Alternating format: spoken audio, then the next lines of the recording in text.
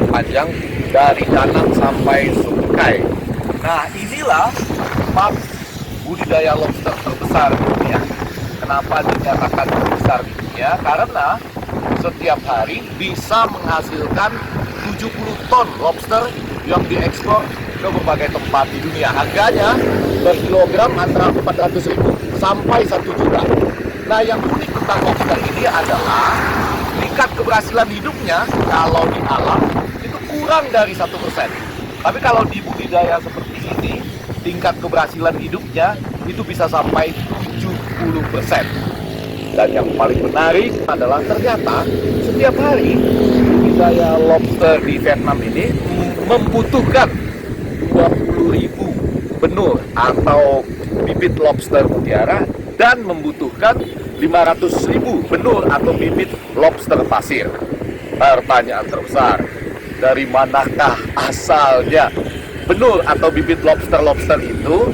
Ternyata 80% datangnya dari Indonesia, dan mungkin 20% lagi ada dari Filipina, Afrika, dan Sri Lanka, tapi tidak sepanjang tahun karena hanya bulan-bulan tertentu saja.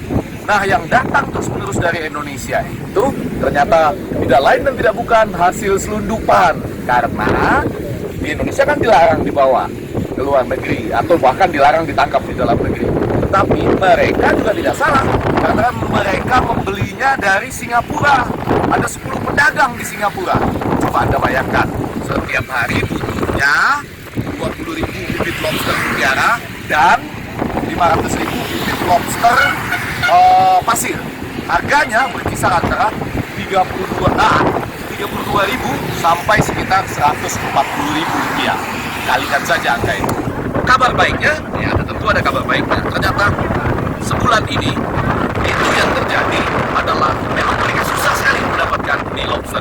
Pada hari ini tidak ada benih lobster, dan secara umum pada bulan ini hanya 10% benih lobsternya. Nah, tentu sekarang kita harus berpikir bagaimana jalan keluarnya.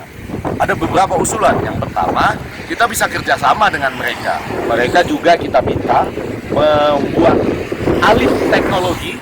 Jadi budidaya juga banyak tempat-tempat seperti ini di Indonesia juga. Mungkin dengan sistem begitu 50-50, ada benih lobster yang dikirim secara resmi dan kemudian dibuat juga dikembangkan di Indonesia. Hasilnya kemudian dibuat menjadi restocking. Semua data ini adalah valid karena menarik sekali. Kami di sini ternyata diterima oleh, sebut saja namanya Aceh. Dia adalah pembeli terbesar dari selundupan benih-benih lobster Indonesia yang dibawa ke Singapura dan dijual oleh para pedagang Singapura tersebut. Jadi di ujungnya kami memberikan ya semacam keinginan dan harapan kepada yang terhormat Bapak Presiden, yang terhormat Abangda, Menteri Koordinator Maritim dan Investasi, juga Abangda Menteri Kelautan dan Perikanan.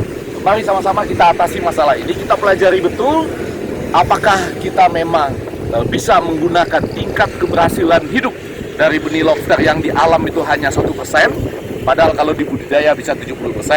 Lalu sebagian betul-betul misalnya kita kembangkan bersama, kita ekspor secara resmi ke Vietnam ini.